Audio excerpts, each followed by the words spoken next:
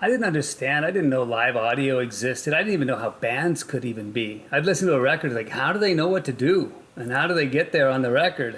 What are they doing? And then I found out there was recording studios, and that was my only concept of it. I didn't think there was anything to do in live audio. Couldn't go to concerts, too young. And so I started recording punk rock shows, going to see punk bands at clubs, and bringing 2 mics and a cassette deck, and giving the band a copy of the tape for getting me in free. And then I was like, oh, I could do this. I bought a TAC 4-track, reel-to-reel, and I was recording this friend of a friend's band up in over in El Segundo, California. And this guy comes up from downstairs. He lives down below this house, recording studios in this guy's house. And he says, you want to see something really cool?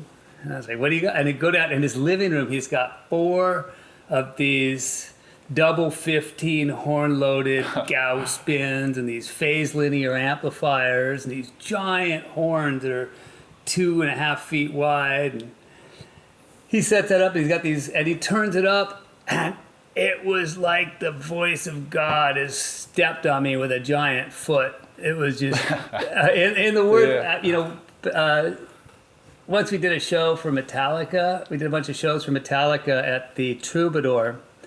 And at the time, we brought in almost everything we owned. It was probably, it had to be late 80s.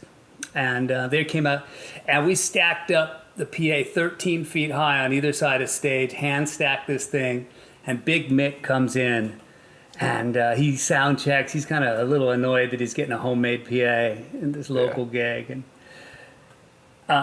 he had a good time. I run into him years later, and in his awesome Scottish accent, he goes, "All right, Dave Rat. Amazing. The Troubadour is like a starfish was stuck to my face. It was so loud." And I never forgot that. And that was like how I felt when I first heard that. It was like a starfish stuck to my face. Yeah, exactly. Right.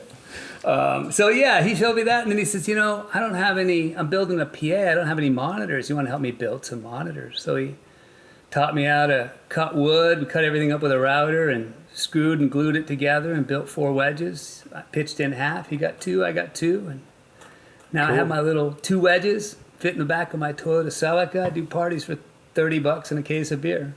Nice. More about the beer than anything else, right? Yeah. The beer was definitely the driving force.